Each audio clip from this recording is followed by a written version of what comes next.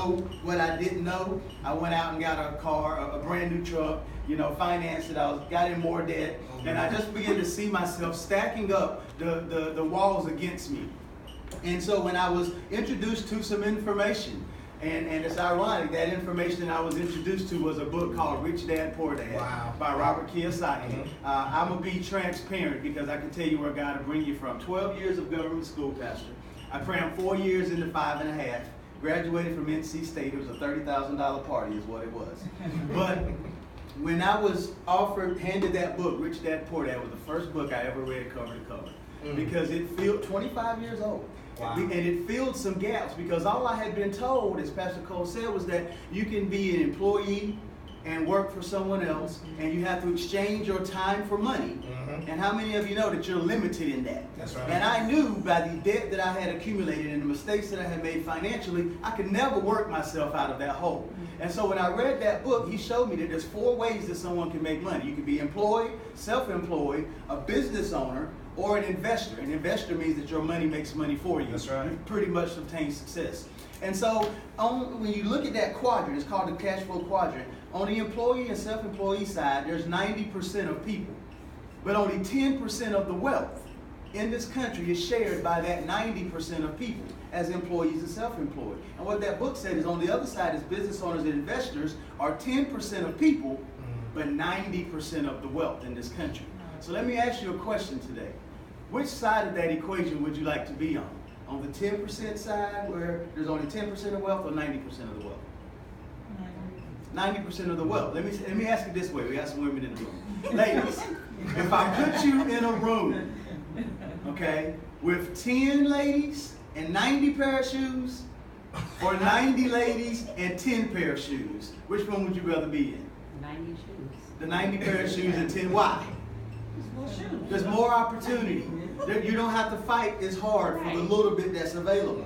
And so being a business owner and understanding business mindset puts you in the opportunity to be able to pull from a bigger pool of money because there's unfortunately less people over there. But guess what? The only difference between the left side and the right side, the 90% and the 10%, it's their thinking. That's right. It's information. And that's what Pastor Cole says. You have to be book smart. You have to be street smart. You have to get out there and network with people and learn. I'm going to close with this. We find people in 3 categories, if you will.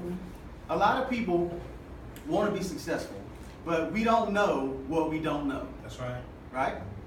We don't know what we don't know, because if we knew it, then we would know it and do something about it. That's right. But because we don't know it, we can't even apply those things in order to experience that success. Let me ask you this financially. How many of you think Bill Gates pays 33% tax like the average American? Do you think Oprah Winfrey pays 33% tax like the average American? Absolutely not. Why? She knows some things. She's been into some circles that have been giving her some information. The second thing is a lot of what we know, we forget. That's right. Right? How many of us know that we should have an emergency fund, but we somehow conveniently forget? How many know we should be saving 10% of our money, but we somehow tend to forget, right? So being a part of business minds and environments like this holds you accountable to doing the things that we know we already ought to be doing. So we don't know what we don't know. A lot of what we know we forget. And here's the kicker. A lot of what we know ain't so. We've been taught some things about our finances spiritually in raising our families. We've been taught some things that just aren't true. And here's what I'm knowing, what I'm learning, and I'm grateful for, is that until you begin to live your life around the laws of nature, around the principles that God founded this world, we will always be living below our means. This thing was set up on a system that if we don't operate in that system, we will always be struggling. That's right. What is that system? It's the laws and principles. There are principles that govern finance. There are principles that govern business. There are principles that govern relationship.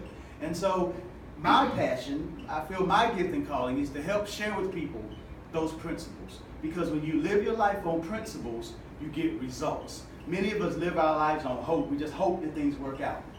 I mean, that plan ain't working anymore. We thank God for His grace and His mercy and His favor.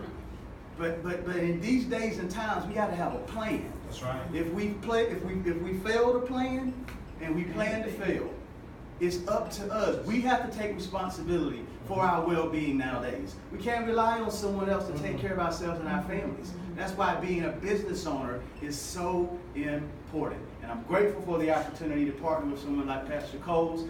If there's any way I can serve you guys, this community, he know I'll be there with him to help him in anything we can with CON.